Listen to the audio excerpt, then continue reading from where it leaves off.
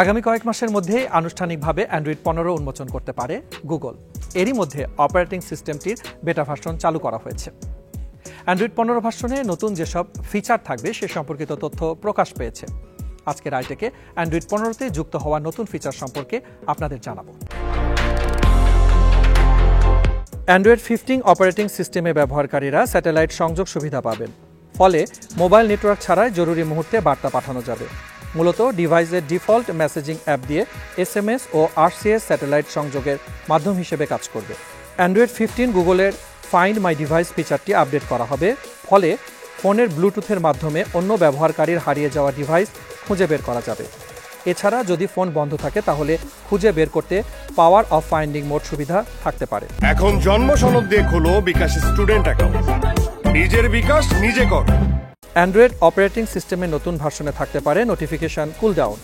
Notification বিড়ম্বনা এড়াতে cooldown ফিচারটি যোগ করা হয়েছে। একটানা নোটিফিকেশন এলে অ্যান্ড্রয়েড 15 স্বয়ংক্রিয়ভাবেই শব্দের মাত্রা কমিয়ে দেবে। ওটিপি জালিয়াতি মোকাবেলায় সেন্সিটিভ নোটিফিকেশন নামের একটি ফিচার থাকবে অ্যান্ড্রয়েড 15-এ। এটি অন্য অ্যাপগুলোকে ব্যবহারকারীর ওটিপি মেসেজ পড়তে বাধা দেবে। এতে ব্যবহারকারীর সংবেদনশীল তথ্য সুরক্ষিত থাকবে। অ্যান্ড্রয়েড 15-এ ব্যবহারকারীরা স্মার্টফোনের পুরো স্ক্রিন শেয়ারের পরিবর্তে একটি অ্যাপের উইন্ডো শেয়ার ও রেকর্ড করতে পারবেন। এতে ব্যবহারকারীদের ব্যক্তিগত তথ্যের সুরক্ষা বাড়বে বলে মনে করা হচ্ছে।